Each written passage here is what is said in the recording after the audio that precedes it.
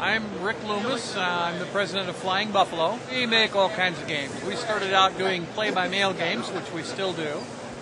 You can play them through the mail or through email. We also do the Nuclear War card game and Tunnels and Trolls role-playing game and the Grim Tooth Traps books and Death Dice and Lost Worlds books and many other things. Those are some of the Lost Worlds books. What that is a combat dueling system that does not use dice.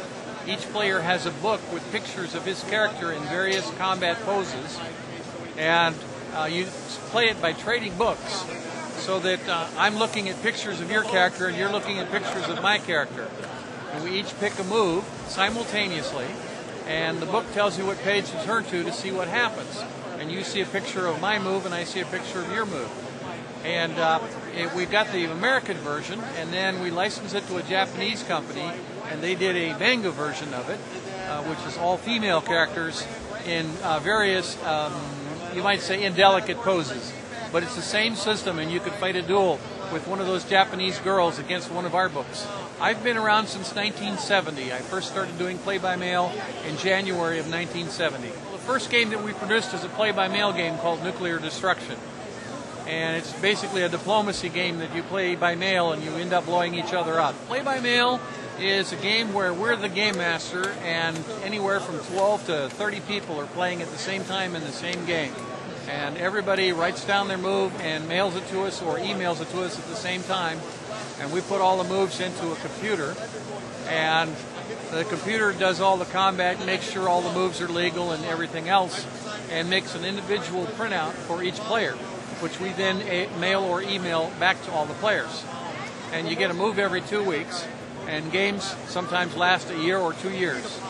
It's very, very popular. It's not quite as much as it used to be before the internet, because people have so many more gaming choices now than they used to have, but we still have over 1,000 people playing our games. And there's a couple of other companies that do it also. The booth next to me, Madhouse Games, also does play-by-mail from England. The latest thing we have is the Origins poker deck.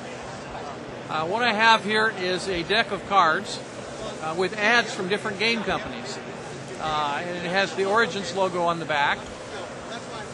And the cards, we have the four kings, are Gary Gygax, Dave Arneson, Jim Dunnigan, and Redmond Simonson, four of the famous game designers of gaming history.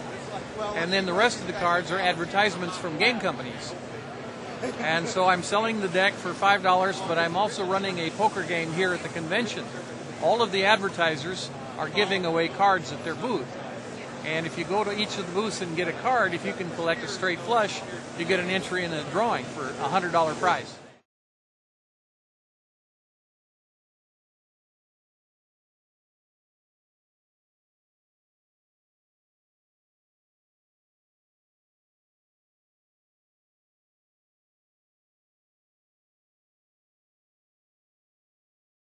Our company name is Flying Buffalo Incorporated. The initials are FBI, which is actually just a coincidence. But since it is FBI, I got license plates with the initials FBI, personalized plates from the state of Arizona, which sometimes causes people to raise their eyebrows. And we've had a few interesting things happen with the FBI. One of my employees filled out a Sears credit card application, and he thought that if he wrote down that he worked for Flying Buffalo, they wouldn't take him seriously. So he wrote down that he works for FB Inc. F, capital F period, capital B period, capital I, small n, small c. Only it was a very small space to write in, so when they looked at it, they didn't see the NC. They thought he was saying that he worked for the FBI. So Sears wrote to the FBI to confirm that this guy worked for them. And so the FBI sent an agent out to my office to find out who this guy was who was pretending to be working for the FBI.